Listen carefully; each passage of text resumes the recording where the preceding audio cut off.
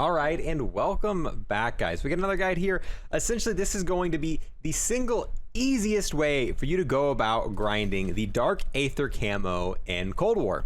But before we get into the video, if you do want to see more content like this in the future, make sure you're subscribed. Only about 20% of the people who actively view this channel are subbed, and we're trying to hit our goal of 30K this month. On top of that, we've got awesome shirts designs like this in the shop below if you're looking for shirts to wear while you're currently grinding camos or whatever else you're grinding in zombies. Now let's go in and talk about what I mean by the easiest strat. This isn't going to be the single fastest strat you can do. I actually have a few other guides on this channel that are going to be a little bit faster than this, but the reason I'm making this guide is some people have tried those strats and they were just a little bit too hard. So this one's going to be kind of a simpler guide. It's going to be a little bit easier to handle, and if you're kind of dying early on in the other strats that I've showed, that's what this guide is for. If you're kind of struggling with those and you're kind of having a hard time with that, this guide's going to help you because this one is quite a bit easier to kind of maintain. And I feel like just about any zombie skill level should be able to pick up, do this strat, and get pretty good progress per game on their weapon. And it's not going to be the slowest speed ever, but it's not going to be as fast as the other guides I currently have on this channel.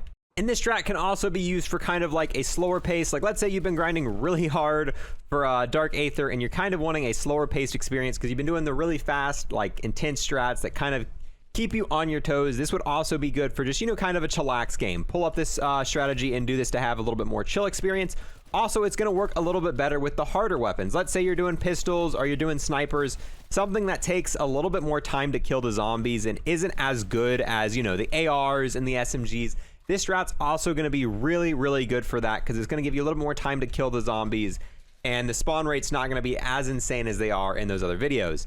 Now, as you can see here, the very first thing you want to do is open the map and pretty much get the power on. So that's currently what we're doing. We're opening up the map, we're turning power on and getting all of this situated. And you just want to try to get power on as soon as possible. That way you can get into the spawn pretty much right away, because the quicker you get into the spawn, the quicker you're going to get kills and the faster you're going to be able to unlock this camo. Another thing to note, as you can see, I have Ring of Fire on. This is another thing that is very important to have on in this strat. You want to make sure when you're making your class, you put Ring of Fire on. The attachments you're using don't really matter too much. I mean, there are attachments that are better, and I have a few guides on my channel kind of showing what attachments you should be running while you're doing like this. We're not going to go over every class of weapon in this video and show you the attachments you can run because we've already got videos for that. Once you've got the power on for the map, you're going to come to the jug room. And now this is a spot back here that a lot of people have talked about and showed about, and it's actually really good for grinding the Dark Aether camo and grinding gold on most weapons. We didn't show this in my other guide because when I make my guides, I kind of want to make them the fastest possible method. This method is a decent method. It's just not quite as fast because zombies do spawn all the way down here. And with that, as you can see, they are coming in a little bit slower. I know it's round 7, so obviously they're going to be funneling in anyway.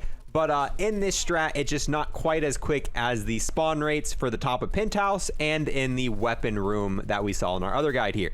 But it is very, very good for the harder weapons in this game. And also, like I was saying, if you're having issues, if you're trying the top of Penthouse and you're just struggling and you're not doing too well, this is a really, really good option. Same thing if you're working for weapons like snipers and other stuff like that. This is once again something that's going to help you a lot. Now, when you're in this area where you want to go to buy ammo, there's kind of two different spots you can do depending on where zombies are. There's an ammo crate right here, and this one can be a little bit harder to get to depending on where zombies are at. Obviously, if you got to kind of divert because there's zombies there, there's another crate conveniently located out here that you can also grab ammo at. So you have quite a few choices when it comes to grabbing ammo here. That one I think is a little bit closer, but like I said, that one's right around the same distance. So it doesn't really matter where you grab it from. It's going to be about the same time either way.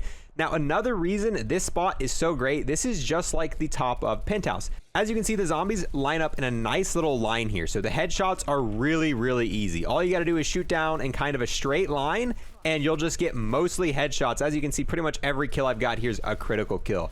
Whereas in the other area that we showed in the weapons lab, you do kind of have to aim a little bit more to get these headshots, but this is entirely flat ground all the way through. So it is very good for headshots. So if you're doing the other strat and you find yourself kind of struggling with headshots too, if it's something where, oh, hey, I'm trying weapon lab, but I'm missing a lot of these headshots, I'm just not quite able to get it, this is another amazing option. You should be able to get pretty much all headshots in this area because they line up in a 100% flat direction. Once again, kind of reinforcing our point that this is a easier option if you're kind of struggling with getting the camos. Now, as you can see, it's about round 11. I currently haven't packed anything to kind of show you part of how this strat works. So essentially when zombies are coming in, the main spot you want to sit at is right here, and you kind of want to sit and kind of shoot on this right side of the desk. That way all of the zombies from the window kind of come in your direction, and you can kind of back up around the desk as need be. Obviously, normally on round 11 you'd be doing a little bit better, but I haven't currently bought any perks or any sort of pack-a-punch just to kind of show this point. But on higher rounds, when the zombies are coming in pretty quickly, you kind of want to sit right here and kill them. That way these guys will trace this way, and as they get closer, you just kind of move back around. And if you need be, you can jump out the window to kind of get yourself reorientated, which we'll kind of show that a little bit later as we get to these higher rounds. But let them flood in, kind of trace back this way, and then if you have to get ammo or whatnot, jump out the window and you will be safe. All right, now it's round 12, and kind of depending on what weapon I'm using depends on when I go to pack punch. As you can see, it's round 12. I've only bought Jug because obviously Jug's right there, so I don't really have to go too far to buy it. And at the same time, I haven't packed my weapon at all. And the main reason for that is I kind of wanted to get in the spot as quick as possible to go through the rounds and kind of build up points. But now it's about round 13, and I know I could probably go a few more rounds with this weapon, but it's just getting a little hectic, and I might as well go and take my first trip back to spawn. The reason we head back to spawn, because it's the only place where there's Pack-a-Punch and Wonder Fizz is here. Essentially everything you need's located in this one spot. So the first thing we'll do, we'll go ahead and we'll pack our weapon so we can have our abilities on here, and then we'll also buy a few perks. If you want, I killed the zombie to start the new round, just so the spawns don't really slow down and we can continuously kill. But if you feel a little bit safer leaving a zombie alive and doing this, that is definitely okay. It's not going to slow you down too much, but usually I just like to do things mid-round. So even if it's a little bit less safe, I like to kind of be able to kill zombies as I go, not to slow anything down here. So this was our first trip. We are going to have to come back and make a second trip here to obviously pack again a second and a third time, and to buy the rest of the perks that we currently don't have. So, but all we're going to do now is head back, go back into the spot, and we're going to sit for quite a few more rounds and just build up points to be able to buy the rest of the stuff we need. All right, but as you can see, we're now back in the spot, and now we're just going to kind of chill here for quite a few more rounds and get everything we need to be able to finish packing our weapon 2 more times, buy an elemental mod on it, and be able to buy the rest of the perks that we're currently missing. Now, unfortunately, since we are playing FIREBASE-Z, we do have to do these defend rounds. So occasionally you're going to have to go and you're going to have to do this, which is going to slow you down. Obviously, if you're playing D-Machine, not going to have to worry about these. And I mean, they don't take too long. It just kind of breaks the flow up of things. They're not really hard. It's just this is time you could have been spent getting headshots, but you're going to be running and protecting a wave here, which you can still get headshots here. You can still make use out of this. It's just not going to be obviously as efficient as chilling in the spot we were just showing. And as another side note, as you can see, I bought every perk in the game except I did not buy Elemental Pop. They did fix the issue that caused Elemental Pop to crash your games. That no longer is happening. But if you're grinding for critical kills and headshots, you really don't want to have Elemental Pop, because obviously when you activate a turn zombie or you get some of those other random effects, it is not going to allow you to be able to get headshots with those. So I would highly recommend not using Elemental Pop. Get every other perk, whatever else you want.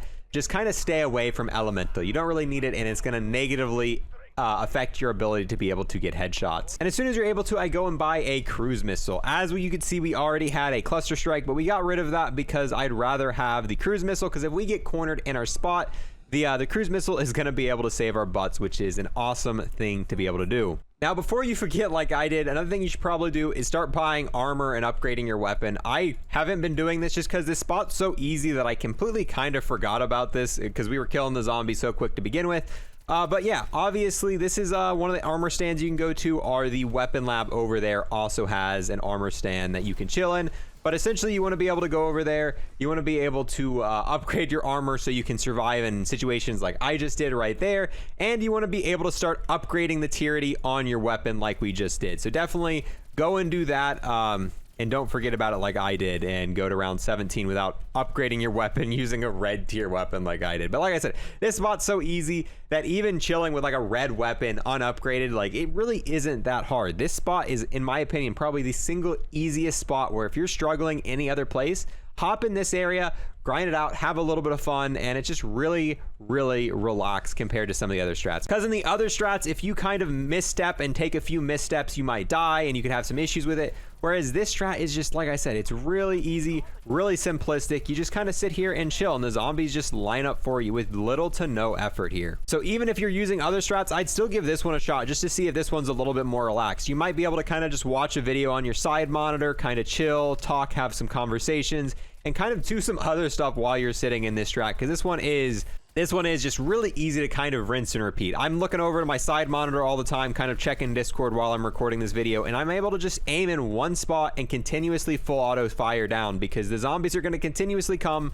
from this one line of sight, and it's really easy to rinse and repeat. Now, one thing about this strat, you're occasionally going to get a stuck zombie out here or a mangler, and all you got to do is run out and kill it. But if the round's not ending for you, you want to come down here and check him just like the other spots. If you're training down in Pack-a-Punch, you know that one spot where the zombie runs into the wall. That is essentially that spot of this map. So sometimes when you're in that area, I've had that happen a couple times now, where the zombie or the mangler will just sit there, run into the wall, and it's like, okay, why is this round not ending? It should end. It's because there's a mangler down there. So if the round's not ending, just check down there and everything will be all right. Now we've got our weapon third packed here, and as you can see, I put Blast Furnace on. And I know a lot of people are going to say quite different things in terms of what elemental effect you should run. Obviously, if you're running turned, you're going to be able to kill the mimics a little bit faster. I know some people struggle with the mimics here. Blast Furnace is going to help you kill the manglers quicker, and on top of that, it's going to help you kill every average zombie a little bit quicker too. And it's not going to take away from your headshots. If you're using turned, and you make a turn zombie, the turn zombie's going to proceed to run into the horde out here and kind of slow them down, so it's going to slow down the amount of headshots you're getting. And on top of that, it's going to take your kills, and it's going to take away from the amount of headshots you're getting. Whereas with Blast Furnace, you can still get headshots. Blast Furnace isn't going to take away from any of your headshots. It's just going to help you kill the zombies a little bit quicker. So I personally would definitely recommend using Blast Furnace for this strat, because it's going to help you kill them quicker. It's going to help you take out the manglers. Unfortunately, it's not going to give you that extra mimic damage, but I could see why you'd make an argument for turned. If you really want to turn in this strat, it's definitely not a bad option. It's going to help you kill the mimics a little bit quicker, and if you're having trouble in this strat, it is going to slow down the zombies a little bit. Once you make a turn zombie is going to run out there. It's going to slow them down to give you more opportunity to get headshots.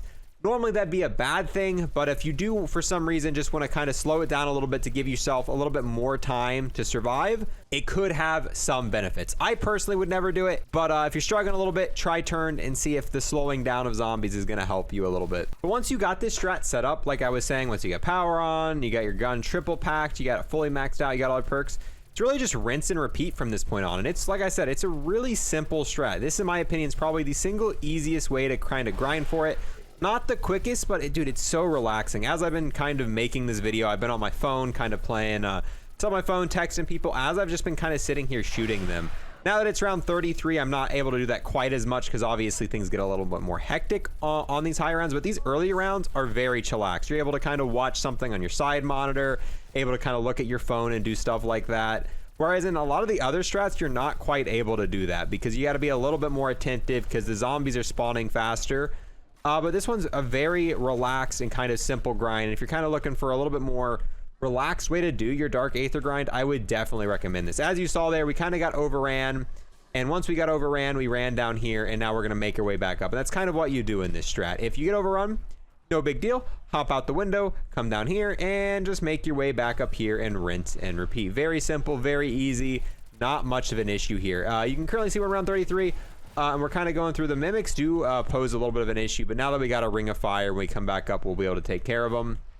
No big deal at all. But yeah, this is really it. I've got nothing really else to add to this strat. I'm gonna keep on going, because I'm gonna see if I can get the full amount of headshots you need to get a weapon done. I'm pretty sure by sitting in this strat, I'll be able to get all 2,500 headshots needed to fully complete Dark Aether using just this strat. So I'm going to keep playing in my strategy here. I'm going to keep going, even though if you're kind of grinding, 33 would be a pretty good spot to end and start over, or maybe start training here.